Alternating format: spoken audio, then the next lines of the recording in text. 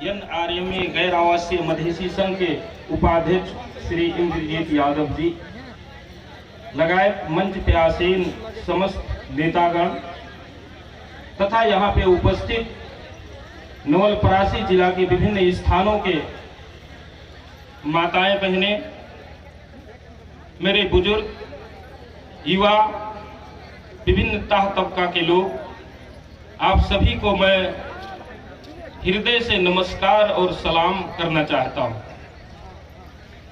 मेरे भाइयों, मेरे मित्रों, मेरे युवा भाइयों, जिस प्रकार का आप सबका आज जोश और उमंग देखा गया, मुझे बहुत ही खुशी अनुभूति हुई।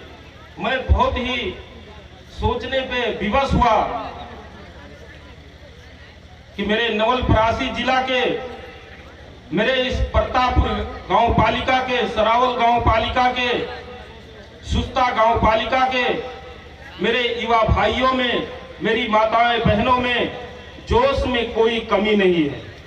अपने मिट्टी प्रति के लगाव में कोई कमी नहीं है। अपने अधिकार लेने के लिए उनमें कोई कमी नहीं है। उन्होंने बार बार साबित किया है, उन्होंने बार बार दिखाया है, अपने जुझारूपन को साबित किया है कि हम अपनी मिट्टी के लिए, हम अपने अधिकार के लिए, हम अपने हक के लिए, हम अपने सम्मान के लिए, पहचान के लिए कुछ भी करने के लिए हम तैयार हैं। जिस प्रकार आज मेरे युवा मित्रों ने यहाँ पे उत्साह दिखाया, मुझे बहुत ही गर्व महसूस हुआ है।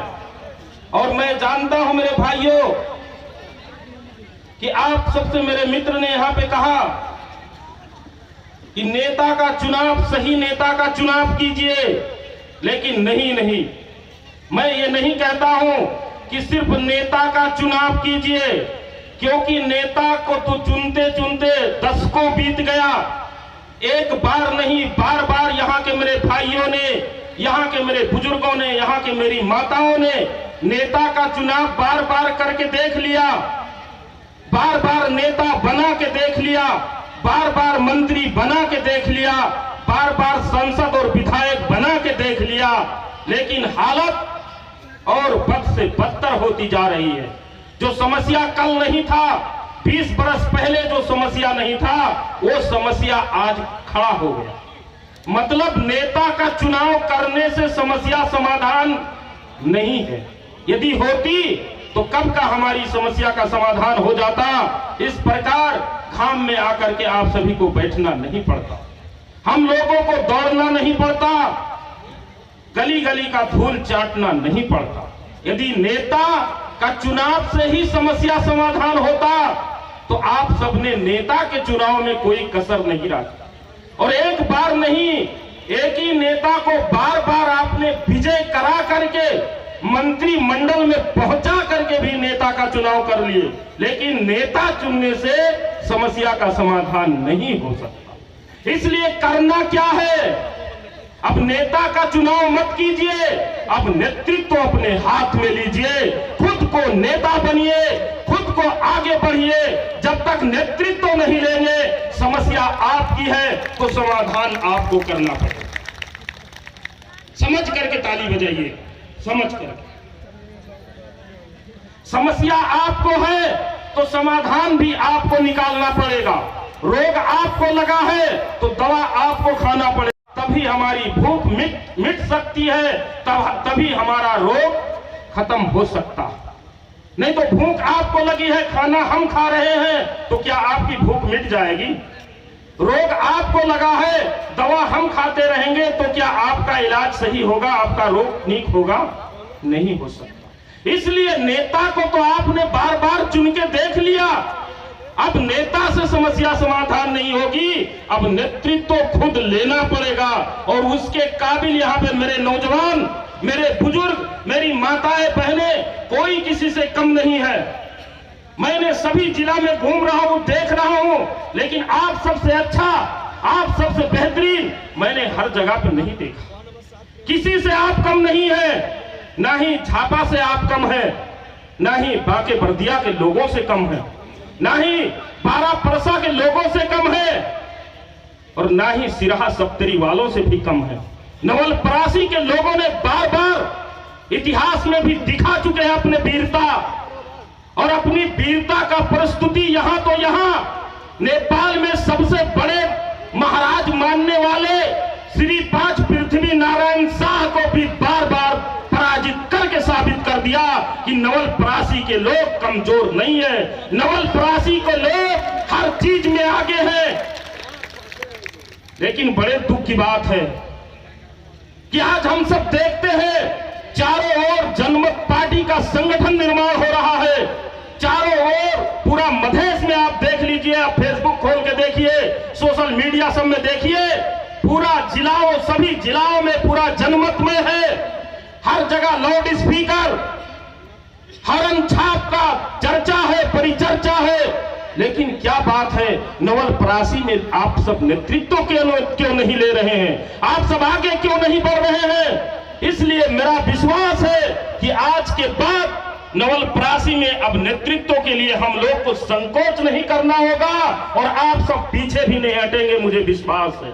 और इसी विश्वास के साथ आप लोग आगे बढ़िएगा, और एक बात तय कर लीजिए कि आपके साथ धोखा नहीं होगा, आपको जो है हटाने का काम नहीं करेगा, आपके हक अधिकार को छीनने का काम नहीं करेगा, जिस दिन आप खुद डट गए। और मैं आपको छोटी सी कहानी बताता हूं, अपने नौजवान मित्रों का उत्साह देख करके मैं बोल रहा हूं, कहानी नहीं, हकीकत बात है, क्योंकि ये गौतम बुद्ध की भूमि है। और जब सिद्धार्थ का जन्म हुआ, राजा सिद्धोधन के घर में जब सिद्धार्थ का जन्म हुआ, और याद कीजिए सिद्धार्थ का जन्म बहुत मन्नत समाजत से हुआ था, सिद्धोधन बूढ़े हो चुके थे, उस समय सिद्धार्थ का जन्म हुआ, और सिद्धार्थ का जब जन्म हुआ तो बड़ा राजा प्रसन्न हुए, और नाम रखने के टाइम में बहुत बड़ा आयोजन किए, बड़े बड़े पंडित को बुलाए, बड़े बड़े ज्योतिषों को बुलाया, और कहा बताओ ज्योतिषों मेरा बेटा कैसा रहेगा, क्योंकि कल इसी को राजपाट चलाना है, कल इसी को नवलपरासी रूपंदेही कपिल वस्तु का राजा बनना है, कल इसी को पूरा राज्य व्यवस्था का सिस्टम चलाना है, तो यह मेरा बेटा का भाग्य कैसा है। जब उन्होंने पूछा तो ज्योतिषी बिचारे मन में संकोच करके अपना सिर नीचे कर लिया। राजा ने कहा क्या बात है, दिल खोल के बताओ। तो ज्योतिषों ने कहा महाराज ये बच्चा में 2 गुण दिख रहा है, एक गुण ये है कि हो सकता है तो कहीं ना कहीं एक चक्रवर्ती सम्राट बनेगा, सिर्फ कपिल वस्तु नवलपरासी रूपंदेही का राज सिंहासन नहीं चलाएगा, ये चक्रवर्ती सम्राट भी बन सकता है, पूरी दुनिया पे राज कर सकता है, कहीं इसके भाग्य में ये भी दिखता है। और महाराज बड़ी दुख की बात है कि इसके भाग्य में ये भी दिख रहा है कि यह सन्यासी हो जाएगा। तब राजा ने कहा अरे भाई इसका उपाय क्या हो सकता है जो मेरा बेटा सन्यासी ना हो, मेरा बेटा राजकाज को चला सके, इसका उपाय तो बताइए। तो उन्हीं में से सबसे छोटा जो ज्योतिषी महाराज बैठे थे उठ के खड़े हुए, कहा राजन एक उपाय है। कहा कौन सी उपाय है?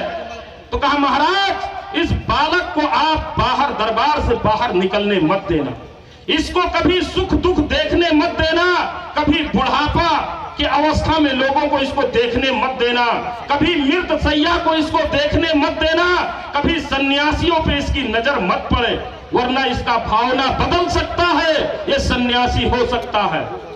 तो राजा ने बड़े चतुराई के साथ सिद्धार्थ को अपने राजमहल में रखा और बहुत दिनों तक रखा। युवा अवस्था जब हो गया तब तक राजा ने उनको बाहर जाने नहीं दिया, उनके लिए सारी व्यवस्थाएं दरबार में की जाती थी। एक दिन बहुत बड़ा आयोजन था, स्वयंवर का आयोजन था, तो उसमें राजकुमार को उपस्थित होना अनिवार्य था। राजा ने मुनादी करवा दी, कहा जिस रोड से राजकुमार जाएंगे उस रोड पे कहीं बूढ़ा नजर नहीं आना चाहिए, उस रोड पे कोई सन्यासी नहीं निकलना चाहिए, उस रोड पे कहीं सब बाहर नहीं निकलना चाहिए, मृत्यु सैया पे किसी को बाहर निकलने का अधिकार नहीं है। राजा ने मुनादी करवा दी और जब उस दिन आया राजा की पालकी, राजकुमार की पालकी निकली, उसको लेके रथ पे चले लोगों ने। तब रास्ते में क्या हो गया, एक बूढ़ा बाबा नजर आ गया, एक बूढ़ा दिख गया। राजकुमार ने कहा रथ रोको। रथ चलाने वाला सारथी ने कहा क्यों? कहा ये ऐसा क्यों चल रहा है, ये लाठी लेके क्यों चल रहा है, ये झुक के क्यों चल रहा है, ये तकलीफ में क्यों चल रहा है? तो वो सारथी ने कहा महाराज ये बताने का मुझे हुक्म नहीं है। तो कहा मैं राजा हूं, मैं हुक्म देता हूं, यदि तुम नहीं बताओगे तो तुम्हें मृत्यु दंड दिया जाएगा, इसलिए तुमको बताना ही होगा। तो कहा महाराज ये हमारा बुढ़ापे का अवस्था है। तो कहा ये अवस्था है? कहा हाँ महाराज, आज आप जवान हैं कल बूढ़े हो जाएंगे, तो ऐसे ही हो जाएंगे। उनके मन में वहीं से संकोच पैदा हुआ कि कल हम बूढ़े भी हो जाएंगे। फिर आगे चले तो देखा तो एक शव जा रहा है, एक लाश लेके लोग जा रहे हैं, उस लाश को टिकटी पे बांध करके लोग लेके जा रहे हैं। सिद्धार्थ ने कहा ये क्या हुआ?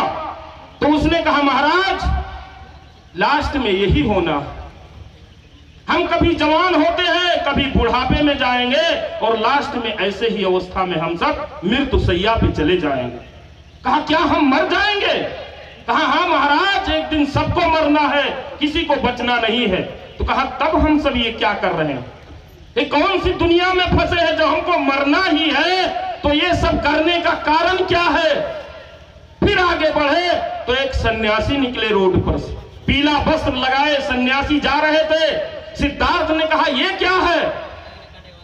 तो सारथी ने कहा महाराज इसने सारी दुनिया की लोभ लालच को छोड़ दिया, इसको अब मृत्यु से भी भय नहीं है, इसको विजय और पराजय से भी मतलब नहीं है, इसको किसी से लेना देना नहीं है, यह सन्यासी है, ये दुनिया से इसको कोई मतलब नहीं है। तो सिद्धार्थ ने कहा अब यहीं से रथ वापस करो, क्योंकि हम जब सब चीज जानते हैं एक दिन मरना भी है हमको, एक दिन मिटना भी है, एक दिन बुढ़ापा भी आएगा, तो क्यों ना ये सन्यासी बन के अपनी जिंदगी को बिता दें। और वही सोच करके वहां से रथ वापस लेके आए और उसी रात अपने घर से सिद्धार्थ निकल गए, चले गए घर से। किसी को मालूम नहीं, बाप नहीं जानता, उनकी धर्म पत्नी नहीं जानती कि कहां गए, पता नहीं। वो 12 बरस के बाद जब वापस सिद्धार्थ लौट के आए, अपने दरवाजे पे पहुंचे, वहां पे दस्तक दिया, उनकी बीबी उनकी पत्नी बाहर यशोधरा बाहर निकली। तो एक ही शब्द कहा था मेरी माताओं, सिर्फ एक शब्द कहा था उनकी धर्म पत्नी कि तुम पूछ करके क्यों नहीं गए थे। एक शब्द कहा सिर्फ कि पूछ करके क्यों नहीं चले गए थे। तो सिद्धार्थ ने क्या कहा मेरे भाइयों? सिद्धार्थ ने कहा जो सिद्धार्थ गया था वो सिद्धार्थ वापस नहीं आया है, और जो आया है ये गौतम बुद्ध आया है, इसलिए हमको कोई दरबार की जरूरत नहीं है। मेरे भाइयों जनमत पार्टी में से जुड़ने से संकोच मत करो, क्योंकि 5 बरस के भीतर में आपका घरवाला जब पूछेगा तू कहां गया था, आज जो आपको रोक रहा है, जो आपको आज परेशानी में डाल रहा है, नेतृत्व नहीं लेने दे रहा है, वही बाप वही बेटा वही भाई आपसे कल कहेगा, 5 बरस के भीतर कहेगा कि तू सही काम किया था, तू बहुत अच्छा किया था कि जनमत पार्टी में जुड़ गया था, तू बहुत सही किया था जो सही समय पे सही निर्णय लिया था और नेतृत्व ले लिया था। आज वो समय वापस नहीं आएगा, इसलिए मेरे भाइयों नेतृत्व लेने में संकोच मत करो, क्योंकि ये जनमत पार्टी नहीं, ये संकल्प लेने वाली पार्टी है। किस चीज का संकल्प? आपको अधिकार दिलाने का संकल्प। किस चीज का संकल्प? आपके आत्मसम्मान को जागृत करने का संकल्प। किस चीज का संकल्प? आपको यही रोजगारी देने का संकल्प। किस चीज का संकल्प? जनता राज बनाने का संकल्प। किस चीज का संकल्प? मेरे भाइयों मेरे बुजुर्गों का सम्मान देने का संकल्प। किस चीज का संकल्प? भटके हुए लोगों को सही रास्ते पे लाने का संकल्प। किस संकल्प? राजपा कांग्रेस समाजवादी फोरम में लगे हुए आतंकियों के संगठन से छोड़ा करके आपको सही जगह पे लाने का संकल्प। इसलिए ये तो संकल्प की पार्टी है, ये कोई सत्ता भत्ता मंत्री बनने की पार्टी नहीं है। हमको मंत्री भी बनना है, हमको सत्ता भी चलाना है, हमको सरकार भी चलाना है, लेकिन किसके लिए? जनता के लिए। जनता राज बनाने के लिए, यहीं पे आपको रोजगारी दिलाने के लिए वह सारा काम हम सब करेंगे। कब करेंगे? जब आप नेतृत्व लेंगे, जब आप आगे खुद बढ़ेंगे, जब आप खुद तैयार होंगे कि अब किसी महाराजा को ही राजा बनाना नहीं है, अब किसी बड़े ठाकुर को ही अपना नेता मानना नहीं है, अब हम खुद तैयार हो गए हैं, हम खुद नेतृत्व ले सकते हैं, हम किसी से कम नहीं है। जिस दिन आप सोच लोगे उस दिन ये मधेश का कल्याण निश्चित होगा, इस भूमि की कल्याण निश्चित होगी, हमारी माताओं बहनों का आत्मसम्मान उस दिन जरूर मिलेगा। इसलिए नेतृत्व लीजिए। आप किसी नेता, किसी पार्टी का सिर्फ जय जयकार मत कीजिए। यहां से, इस जगह से अपनी बाइक में झंडा लगा करके कम्युनिस्ट कांग्रेस का 50 किलोमीटर दूर जा करके वहां ताली बजा करके चले आने से आपकी समस्या समाधान नहीं है। यदि वो ताली बजाने से समस्या समाधान होती तो आप तो काठमांडू पर ताली बजाए ना। और मैं ये नहीं जानता कि यहाँ पे आप लोग किस पार्टी के लोग हैं, किसके समर्थक हैं, हम ये नहीं जानते, लेकिन मैं आपका सभी का सम्मान करता हूं कि कमती में आप सब यहाँ पे जो बैठे हैं, जो सुन रहे हैं, इसलिए सुनना बड़ी बात नहीं है, जान लेना बड़ी बात नहीं होती मेरे भाइयों। ये जान लेना बड़ी बात नहीं है कि जनमत पार्टी अच्छा काम करेगी। जनमत पार्टी का चुनाव निशान लाउड स्पीकर हरन छाप है, ये जान लेना बड़ी बात नहीं है। ये जान लेना बड़ी बात नहीं कि डॉक्टर सीके राउत ने हम सब के लिए, हमारी भूमि के लिए एक बार नहीं 24 बार हिरासत और जेल जीवन बिताया है। यह जान लेना बड़ी बात नहीं है, लेकिन मान लेना बहुत बड़ी बात है, क्योंकि मानना ही सब कुछ होता है मेरे भाइयों। और जिस दिन आप मान लोगे तो एक झाड़ू आपके लिए काफी है।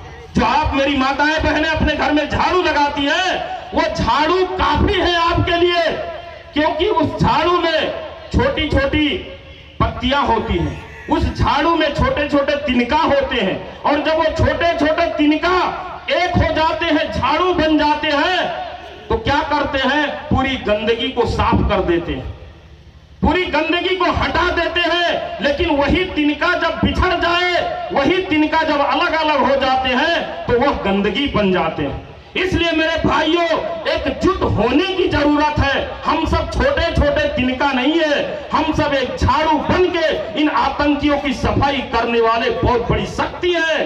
चाहे वो कम्युनिस्ट के रूप में हो, चाहे कांग्रेस के रूप में हो, चाहे जसपा समाजवादी के रूप में हो, उन सभी की सफाई करने के लिए हमारी एकता आवश्यक है, और हम झाड़ू की तरह एक होकर के उनकी सफाई करके यहाँ पे जनता राज बना सकते हैं। और उसी जनता राज बनाने के लिए जनमत पार्टी को आपके पास आना पड़ा है, अपना चुनाव निशान लाउड स्पीकर हरन छाप आपके सामने लाना पड़ा है, क्योंकि आने वाले चुनाव में निसंकोच कोई सोचना नहीं है, इधर उधर झुकना नहीं है। पूरे के पूरे सभी लोग जनमत पार्टी के चुनाव निशान लाउड स्पीकर हरन में मोहर लगा करके जनता की राज बना लो, और एक घर एक रोजगारी की व्यवस्था ले लो। कोई भाई को मरना नहीं पड़ेगा, कोई भाई को विदेश जाना नहीं पड़ेगा। इसलिए निसंकोच जनमत पार्टी के चुनाव निशान लाउड स्पीकर में मोहर लगाना, इसमें सोचना वोचना नहीं है, समझना बूझना नहीं है, सर सलाह लेने की जरूरत नहीं है। और मैं दावा के साथ कहता हूं मेरे भाइयों, नेपाल में आज तक जनता के लिए, इस भूमि के लिए जनमत पार्टी के सिवा दूसरा पार्टी ही नहीं बना। पूरा दावा के साथ कह रहा हूं, नेपाल में कोई पार्टी ही नहीं बना है सिवाय जनमत पार्टी के अलावा, जो जनता की पार्टी हो। आप कहोगे अरे बड़ा आश्चर्य की बात बोल रहे हैं भाई, अरे हम ही लोग तो 70 बरस से कांग्रेस को वोट दे रहे हैं, हम ही लोग तो 30-40 बरस से कम्युनिस्ट को वोट दे रहे हैं, हम ही लोग 15-20 बरस से जसपा समाजवादी फोरम को वोट दे रहे हैं, और कहते हो भाई जनता के लिए कोई पार्टी ही नहीं बना, और हम तो उसी का सदस्य हैं, हम तो उसी में लगे हैं। आप एकदम होशियारी पूर्वक समझदारी के तरह समझिए मेरे भाइयों, मैंने दावा के साथ कह रहा हूं कि नेपाल में, मधेश तो मधेश, पूरे नेपाल में जनता के लिए कोई पार्टी ही नहीं बना। क्यों? क्योंकि यहाँ पे जो भी पार्टी बना है, एक दूसरे के विरुद्ध में खड़ा हुआ संगठन है और वह नितांत व्यक्तिगत सोच के लिए बना हुआ है, अपने कुर्सी के लिए बना है संगठन। आप देख लीजिए, यहाँ पे राजा तंत्र था, राजा लोग राजशाही चला रहे थे। 250 वर्ष के पहले आपका राजा हुआ करता था, आपके लोग राजा महाराजा हुआ करते थे। 2500 वर्ष पहले राजा सिद्धोधन का दरबार था। 5000 वर्ष पहले जनकपुर में राजा जनक का दरबार था। 4000 वर्ष पहले विराटनगर में राजा विराट का शासन था। आज से 500 वर्ष पहले इसी वर्ष 12 जिला में राजा शमसुद्दीन की हुकूमत हुआ करती थी। गयासुद्दीन तुगलक का सल्तनत था। मेरे भाइयों, 300 वर्ष पहले थारू राजा गंगीशरण की हुकूमत दांग में हुआ करती थी। केवल 250 वर्ष पहले हेमकंठ सेन का राज हुआ करता था। ये तो 250 वर्ष से पहले पूरा अपने ही लोग राज व्यवस्था चलाते थे। ये पूरी धरती अपनी थी, पूरा धरती मधेश का था और मधेसी लोग ही राजा हुआ करते थे, महाराजा हुआ करते थे, सेना हुआ करती थी, कर्मचारी हुआ करते थे। लेकिन 250 वर्ष के भीतर बाहर से आए लोग, बाहर से मेसोपोटामिया और बेबीलोन से आए हुए लोग यहाँ पे राजा बन गए। नेपाल में 22 और 24 से राज्य बना लिए, छोटे छोटे गुट बना लिए। 22 और 24 थर के खसरो कबीला जाति के लोग यहाँ पे राज करना शुरू कर दिया मेरे भाइयों। उसके बाद में क्या किया, धीरे धीरे पूरे जमीन पे हमारे कब्जा कर लिया। आज उनकी सेना है, उनकी प्रशासन है। वो 250 वर्ष के भीतर में क्या किया, पूरा के पूरा अपने बाप दादा का इतिहास पढ़ा दिया। कभी हमको हमारे इतिहास को जानने नहीं दिया। कभी नहीं बताया कि रामग्राम स्तूप यहाँ पे हुआ करता था। कभी नहीं बताया कि लुम्बिनी में सिद्धार्थ का जन्म हुआ था। कभी नहीं बताया कि इस क्षेत्र में सम्राट अशोक का हुक्म। वो गीत हम सब गाना शुरू कर दिए। श्रीमान गंभीर अनिवार्य स्कूलों में कर दिया मेरे भाइयों। और महेंद्र राजमार्ग जैसे रोडों को बनवा करके पूरा के पूरा पहाड़ीकरण कर दिया। वो राजतंत्र वाले आज भी आते हैं आपके पास और कहते हैं राजा आओ देश बचाओ का नारा लगाओ, और बहुत लोग गुमराह होके चले जाते हो। बताओ, जो शासक ने हमारी पूरी सभ्यता को बर्बाद किया हो, क्या उसको पुनः भुला करके हम कहेंगे कि राजा आओ देश बचाओ?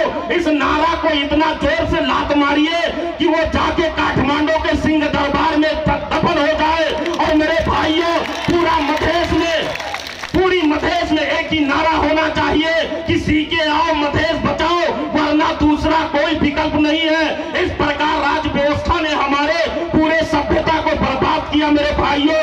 राणा तंत्र आया, इसी नवलपरासी जिला की बात है। अनिवार्य बचत जैसे नियम लागू किया, किसानों से अनिवार्य कर उठाने का काम किया। उसके धर्म बखारी में आपको धान जमा करना है, उसके धर्म बखारी में आपको गहूं रखना है, आपके खेत में हो या ना हो। मेरे भाइयों, इतना टैक्स उठाया राणा लोग कि पूरी संपत्ति कब्जा किया और पूरी संपत्ति उठा के काठमांडू में पूरे दरबार बनवा दिए और यहाँ पे हमारी झोपड़ी में भी बुलडोजर चलवा दिए। ये राणा काल का काम हुआ। और उसी राणा काल के विरुद्ध में गठन हुआ कांग्रेस। जब राणा लोगों ने कुछ लोगों को मंत्री नहीं बनाया, कुछ लोगों को मंत्री मंडल में शामिल नहीं किया मेरे भाइयों, वही भगोड़े लोग नेपाली कांग्रेस गठन किया। नेपाली कांग्रेस का भी नाम क्या होता मुझे पता नहीं, लेकिन नेपाली कांग्रेस इसलिए हुआ कि उसका भगोड़ा, उसका जो संस्थापक जिसको मान लिया, लड़ा मधेसी ने, लड़ा नवलपरासी के लोग कांग्रेस के लिए, लेकिन उसका अगुआ जो बीपी कोइराला था वो भारत में बैठा था। और भारत में उस समय नेशनल कांग्रेस, भारतीय कांग्रेस का आंदोलन हो रहा था और उसी का नाम दे दिया नेपाली कांग्रेस। वो नेपाली कांग्रेस मधेश और मधेसी के लिए नहीं बना था, वो केवल बीपी कोइराला को मंत्री नहीं बनाया था, इसलिए नेपाली कांग्रेस गठन हुआ मेरे भाइयों। और जब नेपाली कांग्रेस गठन हुआ, आपकी पूरे जल जंगल जमीन को बेच डाला। आपके खेत में सिंचाई का व्यवस्था नहीं है, पूरी नदियां को बेच दी। आपका त्रिवेणी देखिए, पूरा पानी भारत की ओर जा रहा है। आपके खेत में आज भी सूखा पड़ रहा है। ये काम किसने किया? वही नेपाली कांग्रेसियों ने किया। आप अभी नहीं नागरिकता के लिए बिलख रहे हैं मेरे भाइयों। आपको अनागरिक बनाने वाला कौन? वही नेपाली कांग्रेस है, क्योंकि 2007 साल से नेपाली कांग्रेस का सरकार रहा और नेपाल में नागरिकता तो 2019 साल से बनना शुरू हुआ मेरे भाइयों। बताइए, अनागरिक बनाने वाला कौन? हम आज भी उसका झंडा हिलाने के लिए चले जाते हैं। तो नेपाली कांग्रेस ने क्या किया मेरे भाइयों? नवलपरासी के वासियों, आपकी पूरी संपत्ति को बेचा, आपको अनागरिक बनाने का काम सर्वप्रथम किया तो नेपाली कांग्रेस ने किया मेरे भाइयों। उसी नेपाली कांग्रेस में से जब कुछ लोगों को मंत्रिमंडल नहीं शामिल किया, में शामिल नहीं किया तो कुछ भगोड़े लोग भाग करके कम्युनिस्ट बना लिए। कभी लेलनबाद, मार्क्सवाद, साम्यवाद, कितना बात बनाइए, एमालेबाद बनाते बनाते यहां तक आपको पहुंचा दिया आपको। और वह कम्युनिस्ट ने क्या किया? कांग्रेस ने आपकी संपत्ति बेचा, कम्युनिस्ट ने पूरी संपत्ति पे कब्जा करवाया। सुकुम्बासी पुनर्वास भूमि सुधार के नाम पे पूरे के पूरे पहाड़ से लाके पहाड़ियों को बैठाया, उनका घर भी बनवाया, जंगल कटवा के उनका घर बनवाया। मेरे भाइयों, 8 बीघा तक फ्री में जमीन दिया सुकुम्बासी के नाम पे। और क्या किया? जब यहाँ से पहाड़ी नहीं आना माना तो बर्मा, भूटान, थाईलैंड, मेघालय, देहरादून, गढ़वाल से पहाड़ियों को लाके 40 बरस के भीतर में यहाँ पे बैठा दिया। आज भी बरमई टोल, मल्ला टोल, खस टोल सब मिलेगा। तो कम्युनिस्ट ने क्या किया? इससे ज्यादा और क्या किया? विदेश नीति लागू करके हर एक घर से एक मधेसियों को विदेश जाने पे मजबूर कर दिया और यहाँ पे हर कार्यालय में ला करके सब के सब पहाड़ीकरण कर दिया। मेरे भाइयों, तो कम्युनिस्ट ने बहुत बड़ा आतंक वाला काम किया। जो कांग्रेस ने केवल संपत्ति बेची थी, कम्युनिस्ट ने आपके पूरे संपत्ति पे कब्जा करवाया। मेरे भाई, आज भी उसका झंडा लेके हम घूम रहे हैं। और कौन से कम्युनिस्ट का झंडा लेते हैं मेरे भाइयों? जो कम्युनिस्ट सरकार में भी हो और सड़क में भी भूखता हो और जंगल में भी आपको बंदूक दिखा करके आपकी संपत्ति कब्जा करता हो। ऐसा ग्रैंड डिजाइन बनाने वाला कम्युनिस्ट में आज भी हम पूरा योगदान दे रहे हैं। क्यों? खून बाकी है क्या? अरे पसीना भी लिया आपका, खून भी लिया आपका वो कम्युनिस्ट ने, और आज भी उसी का जय जयकार। कारण क्या है? और मेरे भाइयों, बड़े दुख के साथ कहना पड़ रहा है मुझे, यहां पे एक बाबा जी भी हैं, जानते होंगे ना बाबा जी को? अरे वो बाबा जी नहीं है, वो हम सबका खून चूसने वाला नरभक्षी बाबा है। बाबा भी कई किस्म के होते हैं मेरे भाइयों। एक बाबा वो होते हैं जो राम रहीम कहलाते हैं, एक बाबा वो होते हैं जो सन्यासी कहलाते हैं, और एक बाबा वो होते हैं जो पीला बस्तर लगा करके, जो डकैत बन के पीला बस्तर लगा करके आकर के हमारे घर में डकैती भी डालते हैं। इतना बड़ा आदमखोर और अन्यायी बाबा भी है आपका, और वो बाबा को आपने एक बार नहीं बार बार विजय करवाया है मेरे नौलपरासी के भाइयों। बार बार उसे जितवाया है, बार बार सिंह दरबार तक पहुंचाया है, बार बार मंत्रालय में बैठाया।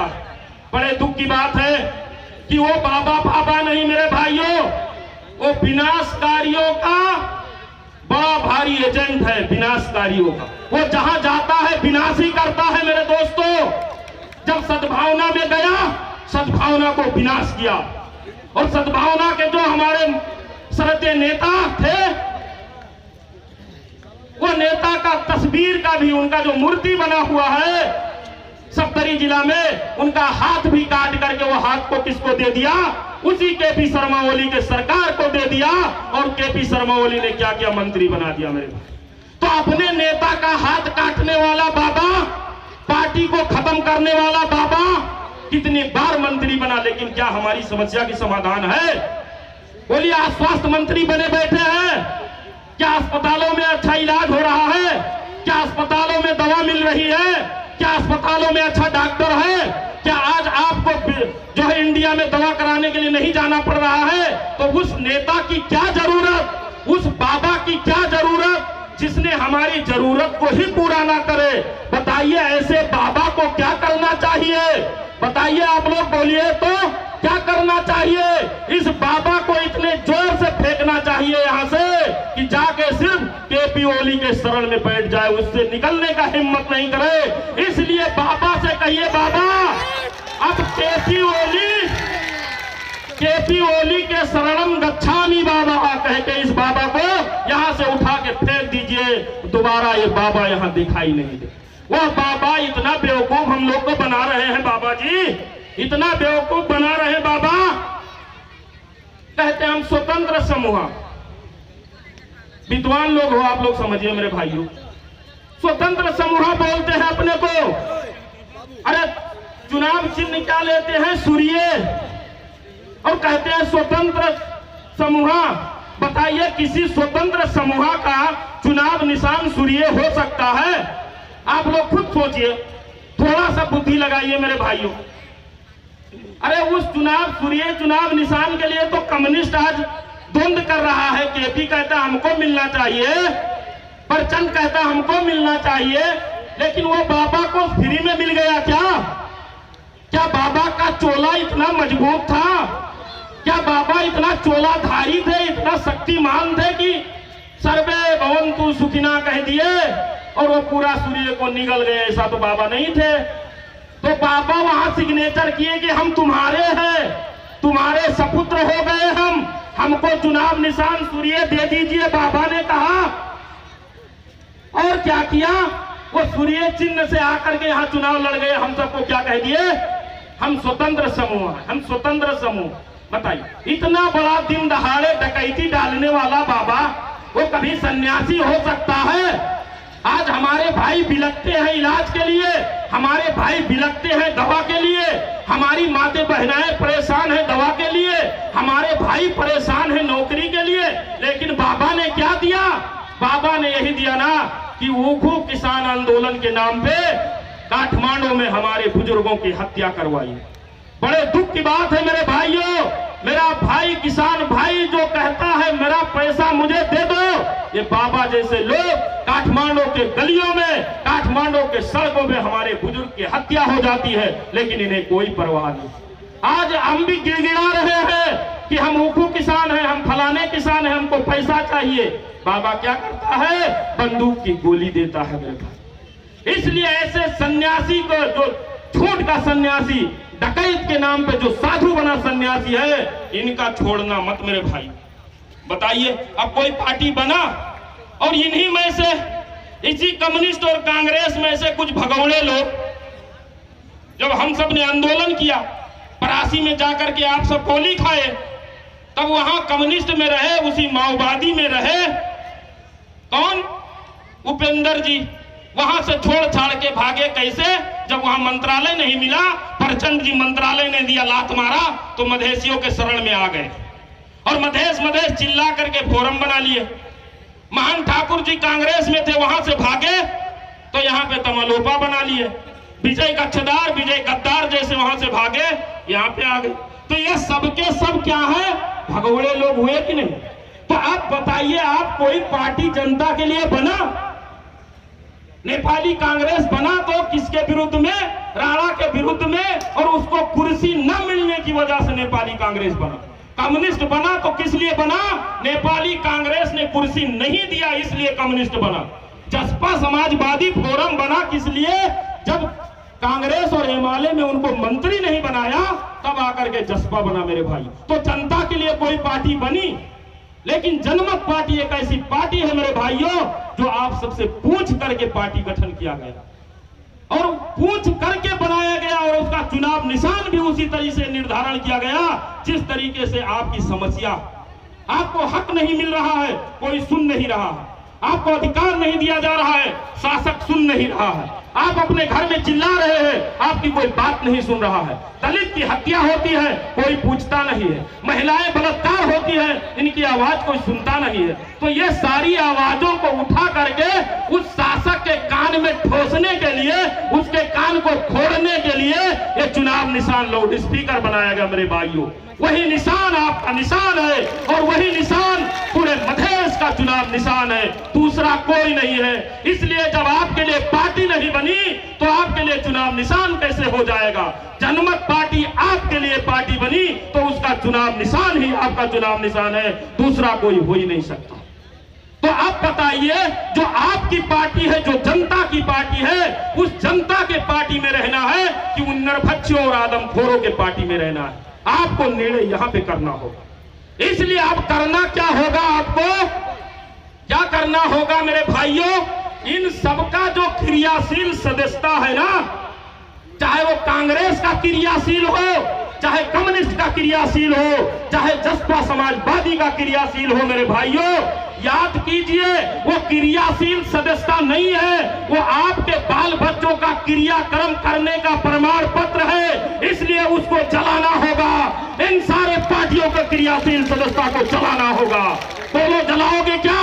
अरे हाथ उठा के बताओ, कल से जलाना शुरू करोगे? क्या आप लोग नहीं जलाओगे? अरे उधर वाले भी हाथ उठाओ। लाज मत मानो यार, शर्म मत करो, क्योंकि जितना पार्टी आपने देखा वो आपकी संगठन नहीं रहा तो उसका क्रियाशील सदस्यता आपका कैसा होगा बोलिए। इसलिए आज ही से अभी से जनमत पार्टी का सदस्यता लीजिए, जनमत पार्टी का नेता बनिए, अपने वार्ड वार्ड में संगठन बनाइए, खुद नेतृत्व तैयार कीजिए, अपने को नेता बनिए। वही जो बाबा दादा के समय में, वही जो राजा के समय में, वही जो कांग्रेस के समय में, वही जो 50 साल पहले राजनीति करता था, क्या वही नेता आज रहेगा तो आपकी समस्या समाधान होगी? लेकिन यहाँ पे क्या है, जो 50 साल पहले नेता था वो आज नेता है, जो 30 साल पहले नेता था वही आज नेता है। तो जनता कब नेता बनेगा? अरे अभी तक तो 50-60 बरस वालों को नेता बना रहे हो, जिम्मेदारों को नेता बना रहे हो, जिम्मेदारों को वोट दे रहे हो, तो जनता नेता कब बनेगा? इसलिए अब जनता को नेता बनना पड़ेगा। क्यों? क्योंकि जनता राज बनाना होगा, एक घर एक रोजगारी देना होगा। तो अब जनता का राज बनना चाहिए, जनता का शासन होना चाहिए। इसलिए जनमत पार्टी का नेता आपको बनना, हर एक को बनना है। जिस स्तर पे चाहिए आप बनिए, पूरा के पूरा प्लेटफॉर्म आपके लिए खुला है। जनमत पार्टी आपको स्वीकार करती है, जनमत पार्टी आपको सम्मान करती है, और जनमत पार्टी में रहे लोग आपसे गला भी मिलाएंगे मेरे भाइयों, सीना भी मिलाएंगे, और वक्त पड़ेगा तो गला और सीना को कटाएंगे भी मेरे भाइयों। घबराने की जरूरत नहीं है, क्योंकि ऐसे चौकीदार हम नहीं है, ऐसे चौकीदार नहीं है कि सिर्फ हल्ला हो जाए तो भाग जाए। हम ऐसे चौकीदार हैं कि अगर हल्ला होगा तो यहाँ पे हम ढोल बजाएंगे, यदि वहां पे हल्ला होगा तो यहाँ पे हम जुलूस निकालेंगे, यदि वहां पे आतंकी काम होगा तो यहाँ पे उसको सहने का जिगर लेके खड़ा हो जाएंगे मेरे भाइयों। ये जनमत पार्टी ऐसे लोगों की पार्टी है, और इसने बार बार जेल और हिरासत में जा करके प्रमाणित कर दिया कि तुम हमारे साथ अब कुछ नहीं कर पाओगे, क्योंकि हम सत्य और न्याय पे हैं, हम हक और इंसाफ पे हैं, हम इस जमीन के लिए हैं, और ये नवलपरासी के लोगों आपके जमीन के लिए हैं। इसलिए दोनों को जिंदा रखना है, अपने जमीन को भी जिंदा रखना है और अपने जमीन को भी जिंदा रखना है। इसलिए जनमत पार्टी आपकी पार्टी है, दूसरा पार्टी आपका पार्टी हो ही नहीं सकता मेरे भाइयों।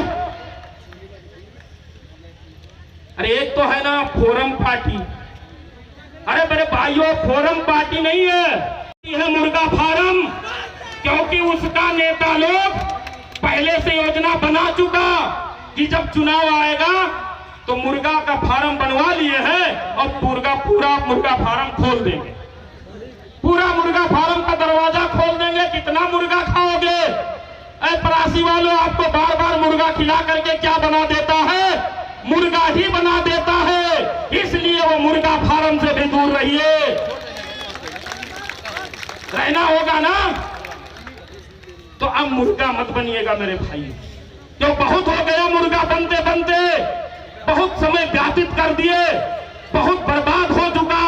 यदि 10-20 बरस और भी ऐसे आप बर्बादी की ओर जाओगे तो आपको बचाने के लिए दूसरा सीके रौत आने वाला नहीं है। याद कीजिए, 10,000 की 20,000 की कोई नौकरी नहीं छोड़ता है तो करोड़ों की कौन छोड़ेगा मेरे भाइयों।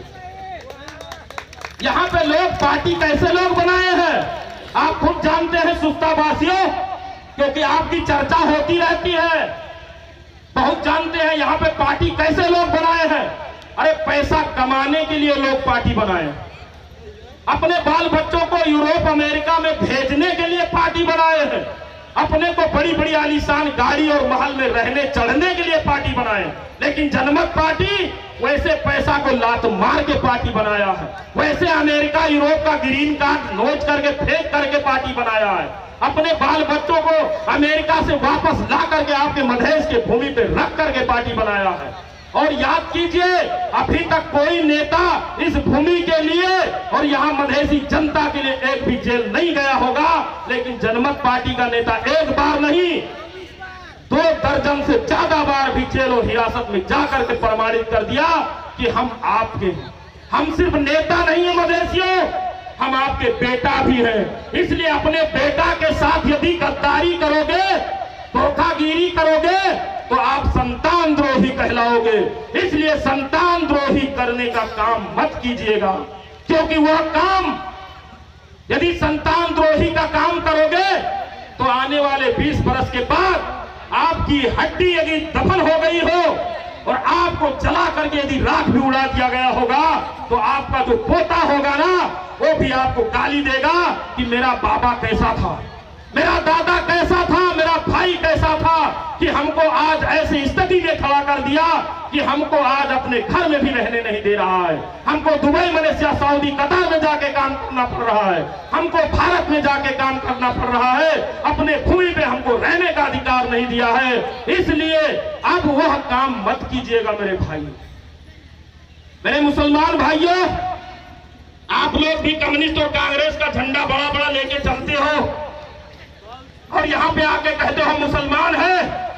अरे कैसे मुसलमान हो मेरे भाइयों, और कैसी मुसलमानियत है आप में, जबकि कुरान अल-ऐलान कह रहा है यह दिन सिरातल मुस्तकीम सिरातल लजीना अनअमता अलैहिम गैरल मगदूब। अरे सीधे रास्ते पे चलने की दावत दे रहा है कुरान और